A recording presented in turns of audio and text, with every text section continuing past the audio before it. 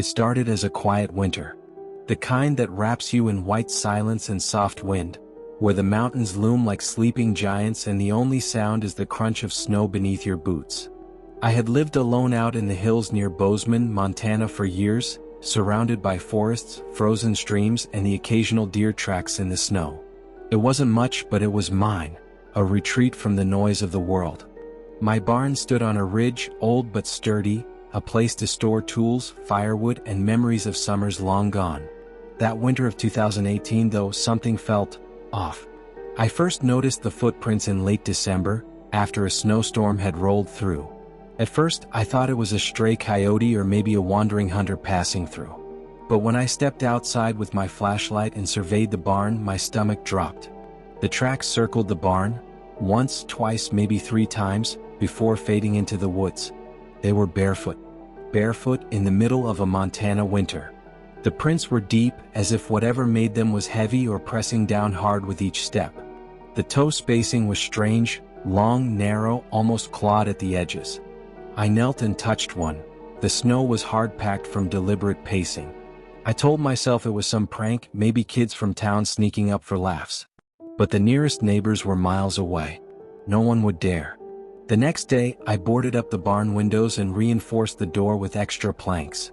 I also set motion sensor lights on either side, fully expecting this to put an end to it.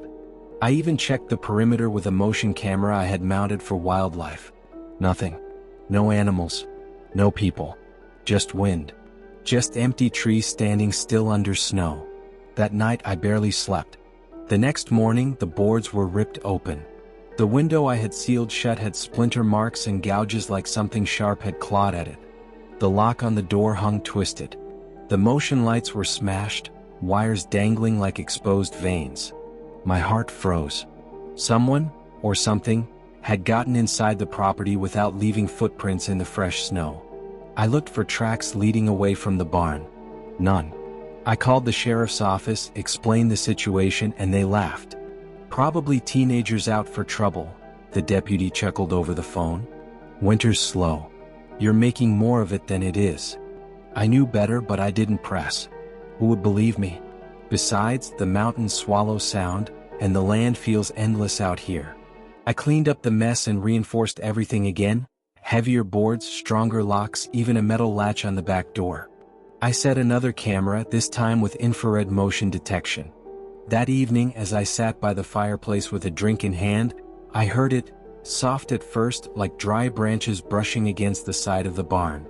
Then a heavier sound, the dull thump of something shifting weight. I froze. Minutes later, the snow-crusted silence returned. The next morning was worse. I found strange marks drawn into the snow all around the barn. Lines, circles, and symbols I couldn't recognize. They were not random. They spiraled outward from the barn's base in perfect symmetry. In the fresh snow stood 3 prints, deeper than the rest, arranged like a triangle. Their edges were sharp and the snow seemed carved, not pressed. I filmed everything. I checked the camera. The footage showed nothing. No one approached the barn. No figures. Just the empty snow and the barn standing dark against the pale blue sky. That night I hardly slept at all. On the 3rd night it happened. I woke around 2 a.m. to a scraping sound, like metal dragged across wood. My heart pounded as I grabbed my flashlight and crept outside. The moon was full, casting silver shadows on the snow-covered ground. The barn stood silently, but when I shone the light on the window I saw it. A face. Pressed against the glass. The eyes were wide and hollow, staring directly at me, and the lips parted like in a scream. The face had no hair and the skin looked gray, stretched tight over bone. It didn't move. It didn't blink. I screamed and stumbled back. By the time I aimed the light again, it was gone. The window was fogged on the inside with condensation, but the glass wasn't broken. I stayed outside for hours until dawn, frozen with fear. At first light, I examined the window.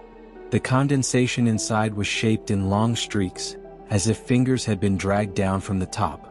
I didn't wait to see what would happen next. That afternoon, I tore the barn down piece by piece. It wasn't easy, the structure had been there for decades, but I didn't care. I wanted it gone. I burned the wood myself, watching the flames crackle and spit as the sun dipped behind the ridge. I replaced it with a steel shipping container I hauled in on a flatbed. It was cold but sealed. No windows, no cracks, no hiding spots. For a while things were quiet. But even then, when I lay awake at night listening to the wind whistle through the pines, I could swear I heard footsteps circling the container. Soft, measured. A slow rhythm that never came closer, never left. And sometimes, when the temperature dropped and frost crawled across the steel like veins of ice, I thought I saw shapes pressed against the outside, blurred, shifting, only to find nothing when I stepped outside. I never solved the mystery. No footprints. No captured footage. No explanation. But every winter when the first snow falls, I feel that same chill at the base of my neck. Sometimes, when the wind dies down, I hear it, the soft scrape of something pacing in silence around my container. Barefoot.